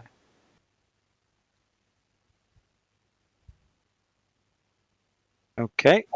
So you've Um, now got big pick, little pick, and the doubling rings, which makes little pick act like big pick. Yeah. So I'll have my double attack at this vicious thing that's attacking Edna. Okay. Roll away. You need 16, but it's flat-footed. So you now only need 14. Flipping heck. What's going on? Okay, you miss with your first attack, Varys. Unbelievable. You're on the verge of thinking these rings must be cursed. Ooh, But is your that a crit? second attack, it is a crit. Yes, you needed 14. You got But that's 24. a critical fail. If you roll a 1, is it a critical fail? Yeah. It is, but it doesn't really impact anything from a weapon point of view. I've played other board games where, like Call of Cthulhu, if you rolled a 1, you then rolled to see, you fumbled to such a point that you took your own finger off, or you stabbed yourself in the foot, and you do yourself damage. Yeah. You Well, don't you seem can to do that do with anything. this though. Yeah, Up to you. but There's that it's a deck, bit isn't there, that you can get? Yeah. Yeah, The I might fumble have a look at that. This particular module is made up of 5 books, and we're in chapter 3 of book 1. So after this, there's a bit more to do, and then that's the first book done. 'Cause And I think at that point we might look at adding some of the new things into Roll20, like these, I fumble kind of deck. see it as like you overexert with your axe. You're trying to hit something, but you overexert and it slips out of your hand, or you know what I mean, and it goes Yeah, flying off and hits I think somebody, that's what or those decks do, don't they? something like that, or I just twist my wrist or something. You know what I mean? It's like I don't know. Seems like something should happen. Nope. But anyway, yeah. Is So I've that- critted with this one, have I? So Is that a fumble card that's just appeared? Well, I'll mess with them. I don't quite know how they work, but I think I can. I think I can add them. Yep. So roll your damage.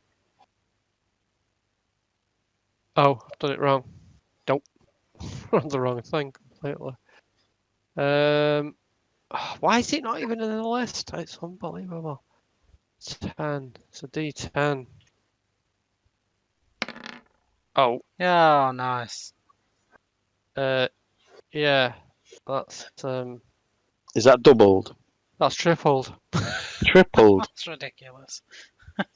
Okay. I think it's What's that? 38, 42. 42. So you've only done 40 hit points more than you needed to. Do you want to explain how this skull dies? Or gets obliterated, basically. I completely overreact. After missing the first time. Yeah, in pure anger, and I just smashed the skull into like millions of pieces, and I look Yeah. rather surprised. I'd say Edna's probably her entire face is covered in sort of skull dust. I'm just like coughing, doing a little cough to myself, Coffee. choking on the fumes. So that one's dead. Obliterated, in fact. Wigbeard, you're next. Has Varys not got another move yet? Has he? Oh, he has. Oh, I swapped the thing, didn't Yeah, I? he Then I swapped did to the then Oh, did his right, double. okay. Right. Well, I'm just gonna fire my crossbow at that one. Okay. This one is undamaged. Eek. Let's hope we can change that. You need a 16. Oh, you do indeed hit that one. 21, that'll do. So that's 1d6.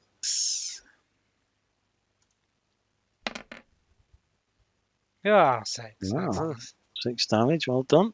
Yeah, and then I'll Don't go forget, for... you still got your hero points, by the way. Oh, yes. I'll go for a What? reload, Okay. and then I'll go again. So it's d20 plus 3. That doesn't seem to have stopped. No, it looks It's like like in it's the between middle. 10 and 12. Yeah. I think that's I 11. don't see the dice on my screen. I just see the result. It's kind of teetering between 10 and 12. Uh, But that's a myth. 12. They'd have both missed anyway. Yeah, so you missed the second time, but you have lodged a bolt into one of its eyes. I'll do. So next is Belfi, Very good. the king of cool at the back there. Cool. He's going to step down, and he's going to do another Disrupt Undead on this guy. Okay. So I need to make a fortitude save, is it? Yep. So I need d20 plus 4, and I need 15 or more. Oh, it does indeed. Saves. Belfier just sighs. Is that it? Is she moving two actions to cast? That's my move. Okay, but it is this guy's go next, and he's not happy. With one bolt hanging out of his eye, he rushes forward to Belfier Yeah. and decides to spit a nail in his direction. So he does a d20 plus 9. What's your armor class, Belfier? I don't often attack you. I normally get away with it, don't I? Yeah, you normally sort of sit out the back. 18. 18. Ooh, it doesn't quite get a crit. But it does damage you, and the damage is 1d4 plus 2. So that is 4 damage. And can you roll a fortitude check? So roll a d20 plus your fortitude, and you need 16 or more.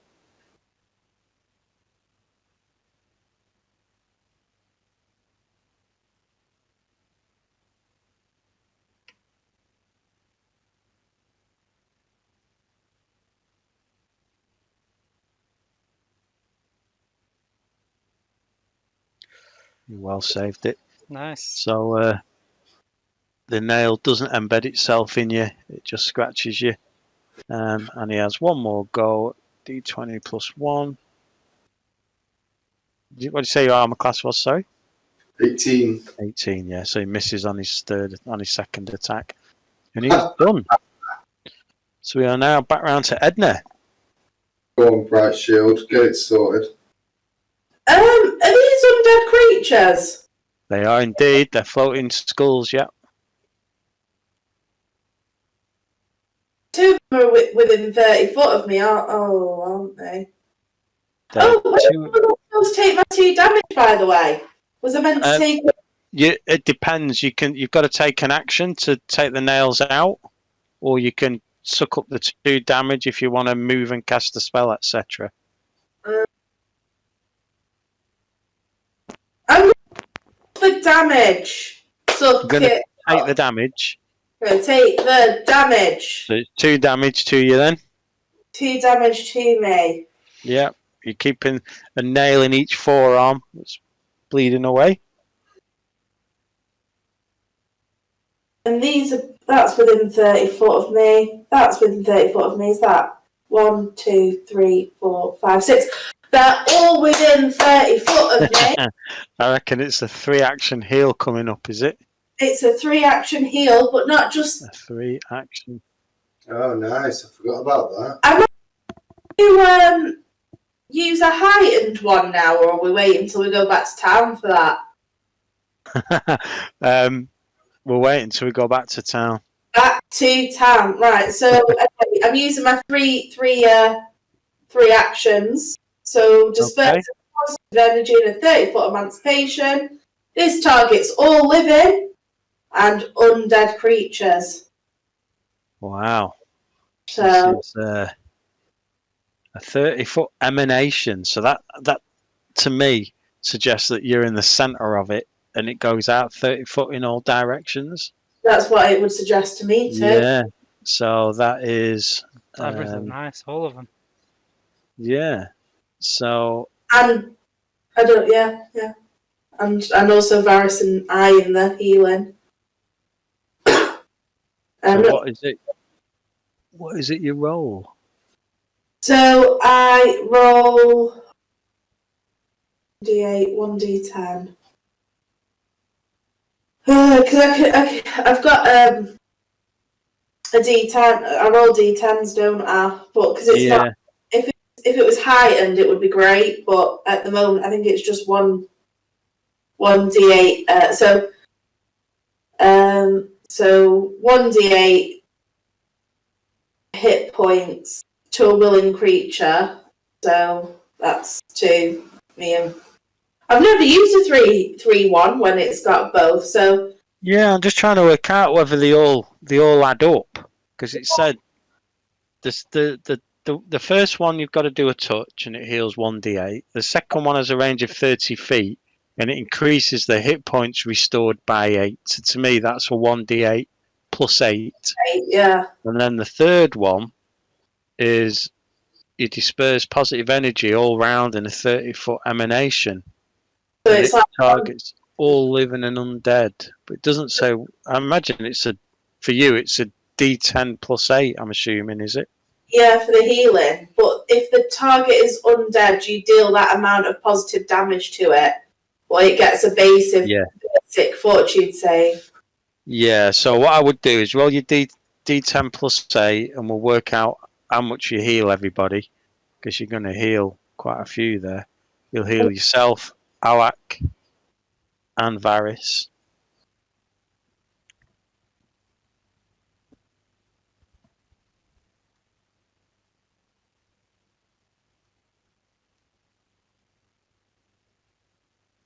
Did you roll it? Yes, No. I have Oh wow, 16. 16. Okay. So you heal Alak to full. You heal yourself to full. And you heal Varys to 42 or 44. Okay.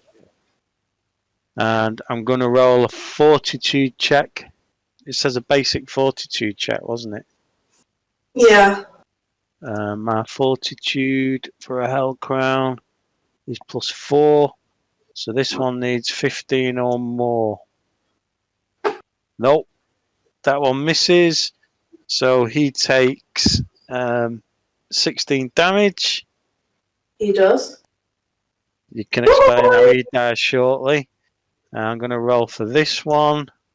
D20 plus 4. He saves, unfortunately. Oh. And this one, D20 plus 4. He fails. He takes 16 damage. So he is literally just almost fallen to bits, that one. He's quite crumbling.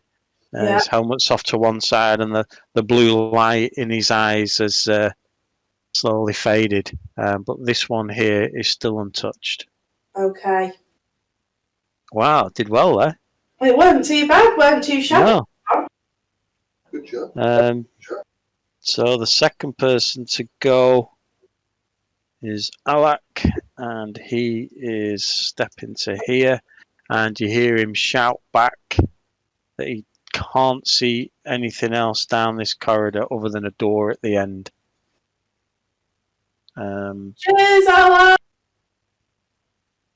The next one to go, he's now dead. You've killed him. Yes. Varys is next.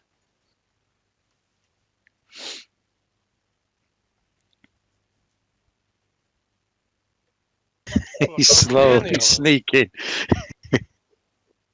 There we go. Picking up a bit of pace.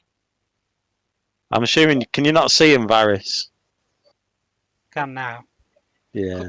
I could see the skulls before, but they disappeared. I don't know Yeah, why. but Alak was stood there, but then he Oh, right, yeah. moved. yeah. Ah, yes. Maybe I need to change Alak. So let me have a look at his light. All players see light, has sight. Right, I'm just going to, because that's that's one move, so I'm going to attack this one here. I'm next to it there, aren't I? This guy, yeah, he's untouched. This guy. There's a bit in the middle, isn't it? You need a 16. Using a double slice thing. Oh, Nice. Does Oh, you crit. 59,000 damage. Yeah. These have got 20 hit points, by the way. So, if you can calculate, you've done more than 20. He's dead.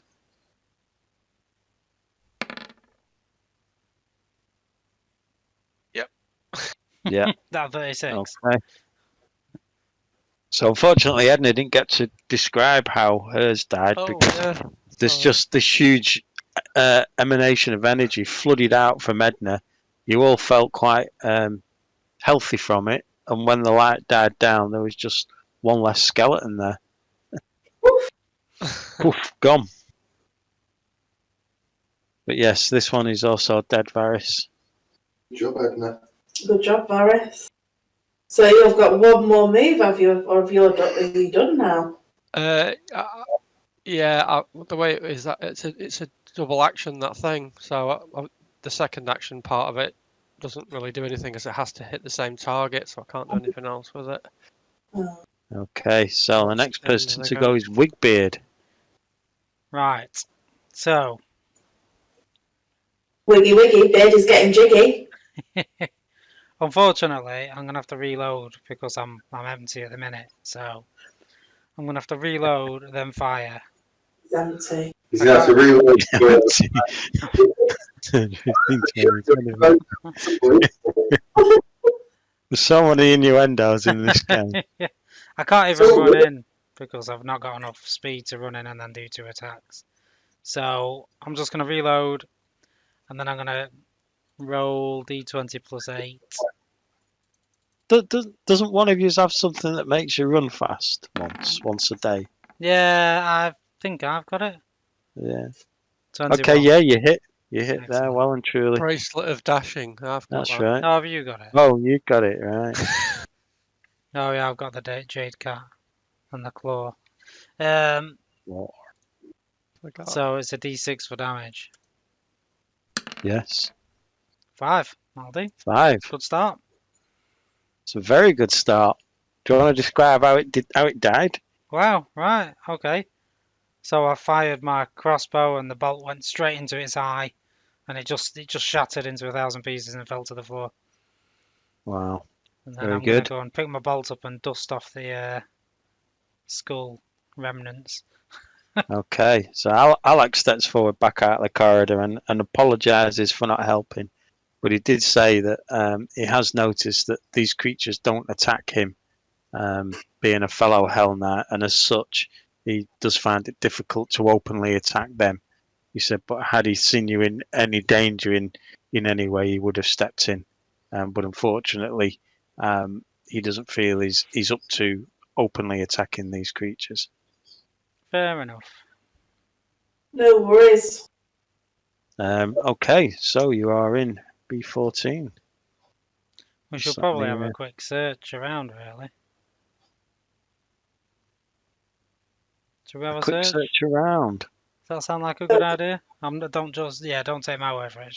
Let's put it to the vote. Shall we have a search? Let's give a half an hour search. Okay, so you spend a bit of time searching around. You come across a couple of bits and pieces of what you would consider to be cheap jewellery. So you find a couple of cheap rings and amulets and bracelets and trinkets, etc. That you think might be worth a few gold back in the town. And Belfier, You find a small wand. Ooh. I'm gonna check if it's magical.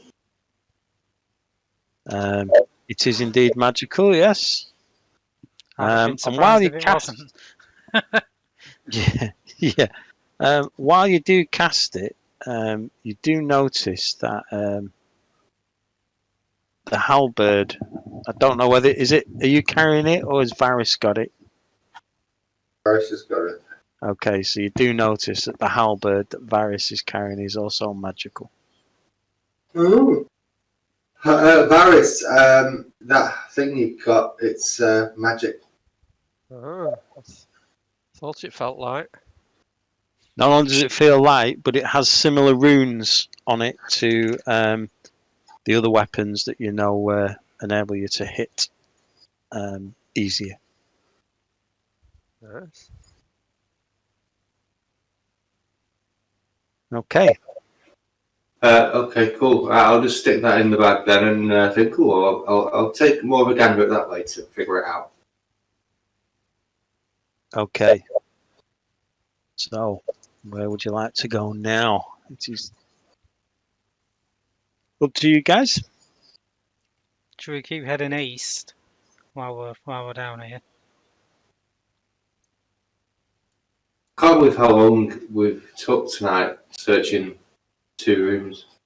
But we haven't really searched as Three rooms. 12, 13 Yeah. and 14. 12, 13 and 14. Plus we were mid-fight when we started, so that...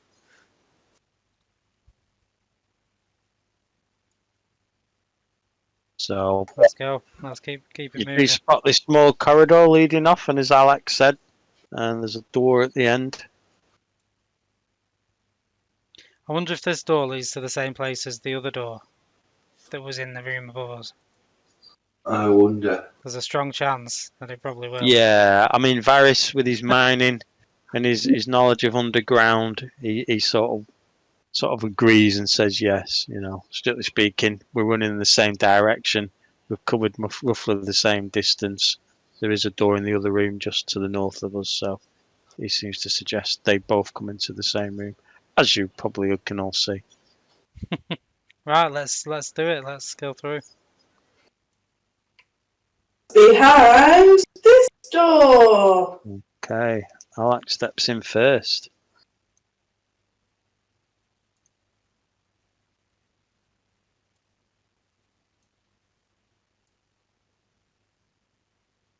Okay, Belfier's stepping. Okay, Belfier makes his way in. So in here, this room looks a bit like a vault. There's rows of large metal and stone lockboxes that line the winding walls of this storeroom, as do occasional shelves and what look like filing cabinets intended for the storage of documents. The lockboxes unfortunately hang ajar, having been opened and emptied long ago. A set of obvious tracks in the dusty floor suggests someone recently moved about in here. A pile of ashes and a few melted candle stubs lie atop a low table in the centre of the room.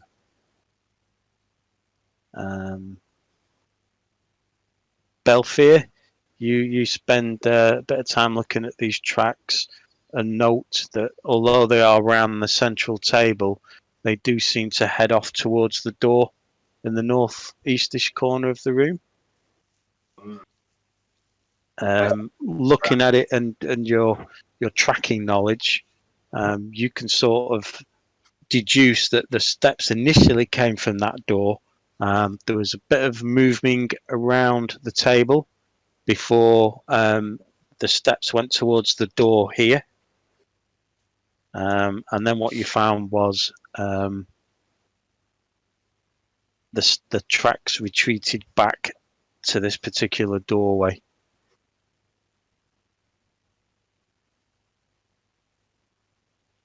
Okay, should we move in and have a search then? If there's not much else. Yeah, there's nothing untoward in here. If you, as you do decide to search,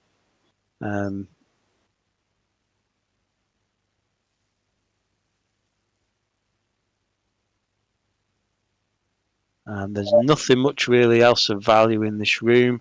You do find 3 scrolls, which you can't quite identify what they are, though Edna does realise that one of them, looking at the scroll she's already carrying, is very similar to the scroll that she's got that says magic missile on it. Edna also finds a silver religious symbol of the goddess Alceta. This is 2 faces in profile and sit atop the scrolls like a paperweight. It's finely crafted, and Edna, with your expertise in religion, you think this religious symbol is probably worth maybe 4 or 5 gold pieces. Alak does seem confused as to why this particular item was in here. He can't think of any reason why it would be needed. And Belfear seems to think it could be something to do with the footprints around here. Do you need this, Alak? Is this any use to you? No, Alec doesn't need it. He's busy searching some of these other cupboards as you guys are working through. And then Will you stick this in your bag, this statue of Alceta, please? Yes, will do. Thank you, Belfair. okay, so as you're chatting, you notice that Alec has been spending a few moments looking around in a particular corner over here. And as he does, you hear a small noise coming from him. And as he stands up, he pulls a small box out from the vault that seems to have a false bottom. He pulls a key out from his belt and unlocks the box. And inside, he pulls out a small signet ring that looks from a distance to have been placed on a bed of crushed velvet. He slips the ring on the finger, and his eyes start to well up, and he spends a bit of time in contemplation. And then he looks up at you all and just says, I remember sitting on my father's lap and turning this ring on his finger when I was but a boy. And then he sort of, the tears run down his face, and he says, thank you for helping. Thank you for reuniting me with these memories, my friends. You have the Order of the Nail's gratitude and mine. If you're wondering, Edna's just come and give him a cuddle. Okay, yeah, it takes the cuddle from Edna. There you go, Alak. Dry your tears. Can be ever so emotional. Okay, so he wipes the tears from his face and says, where do we want to go next? I guess there's only one place to go. Not that What's door. it? That door in the northeast. This one? I think we've been everywhere else, haven't we? Let's be careful as the tracks lead that way. Well, it's either going there or call it a day. So I'm saying we are going there. What do we think? Or are we going to camp in here? What time are we looking at? Yeah, 5 to 10. No, I mean in like in Pathfinder time. Yeah, it's 5 to Coincidence. 10 at night. Yeah, I've not kept track of any time this evening. What do we think? Should we carry on, or should we call it a night, or should we camp in here, or should we go through to the next room? I think it's a good time to break. Yeah. Yeah. Yeah. So what I would say, from a stepping out of the game in a way, is this next room will take you somewhere else. Well, a portal. So yeah. not quite. But Alak has stated that now that he's got his father's ring, he's thankful for the company, but he's not now looking to come any further with you on your adventure. He did point out that there is a whole area here that you have not yet visited, but he said if you are keen to get back to town and train up and level up and become stronger, he will take the time and effort to explore those rooms on your behalf, and make sure they're safe for the Bumble Brashers before he moves back. So again, stepping out of story, there's a few rooms you've not been in. If you want to just go back and level and then start the next chapter, your routes be 17, or if next week you want to spend a bit of time going through those other rooms, you can. It's up to you guys. I'll let you decide midweek. In terms of if you don't do the rooms, you'll miss out on any items that's in there and any XP that you would get from anything in there. Find that bear, the little pet bear. We haven't seen him in yonks. Big Bumble. Heard him, have we? Bumble.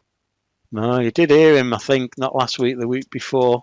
Just as you camped, you heard a bit of growling and that, but you've heard nothing since. Yes, that's do you know? What? That was really loud. I wouldn't. Was that what it was? I thought it was the bear. Did you hear that? It was the bear. That was Wow, that's sound effects, that. I heard What, nothing. How much XP do we get for tonight? Yeah, Um, so we were on what- 990, weren't we? 990, yeah. yeah, so you've got, I think, working it all out closely, 9 XP. 9 3/4. Yeah, just 9, yeah. I don't know. Well, that's I'm good going because to we've already have to- leveled up, so we're just like fraction off leveling up again then. I need to find my calculator. Well, we'll And leave then it I'll as let you know. 990 for now, yeah. Just let Oh, us you're know. definitely leveled because those skeletons in that first room Yeah, were 10 they were each. 10 each, weren't they? Right. Um, Just let us know but- through the week. and I we can- know you get 120 XP for helping Alak retrieve his heirloom. So Oh, that's nice. certainly.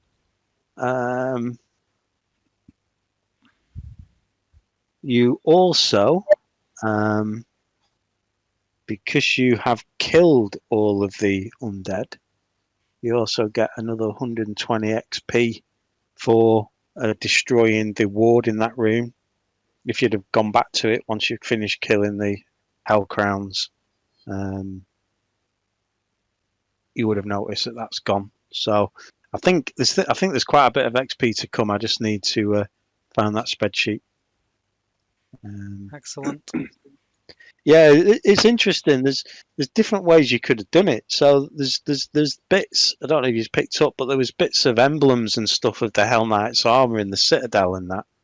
That if you'd decided to wear, you could have sort of bypassed the whole of the undead, just not killing them at all because they don't attack anyone wearing Hell Knight armor. And I purposely made Alak jump in and attack first, but I thought tonight I'll have him step back once he realises he's not actually under attack from these things. But would his have all lawful- needed to wear it though, wouldn't we? Yes, At least Yeah. one item. yeah. Anything to do with a Hell Knight regalia, such as those patches and the scraps of armour and stuff that you'd found. Ah. If you decided to wear them, the undead don't attack. Yeah, and I think that's it. So like I say, have a think about whether you want to spend. I mean, it's took us all night to do 12, 13, 14, 16. I suspect it'll probably take us another full night to do 2, 3, 4, and 5. Or whether you want to bypass that XP and move on to the next part of the adventure and level up and sell stuff and that kind of thing. It's up to you. I mean, whichever way we do it, we'll still get XP next week, whether it's from here or from the next Yeah, adventure. Yeah. So I'll have a think about it anyway. there is some XP you'll get obviously from that room. and items. Items. Hmm. Potentially some items, yeah. Bumble Brasher Bear. We haven't cared for. Yeah, so the Bumble Bashers are looking to be able to move back in, but Alex, if you don't decide to do it, I'll just move the story on and say that Alec cleared out whatever was in there and treat it as if you guys did it. Like I say, you just wouldn't get the XP. Okay. But yeah, have a think, because that way I know whether I need to get the new map up or whether to keep hold of this one for now. Yes. Nice one. So Thank yeah, you you very did well, much. eh? Excellent. Yes, cool. No, that's good.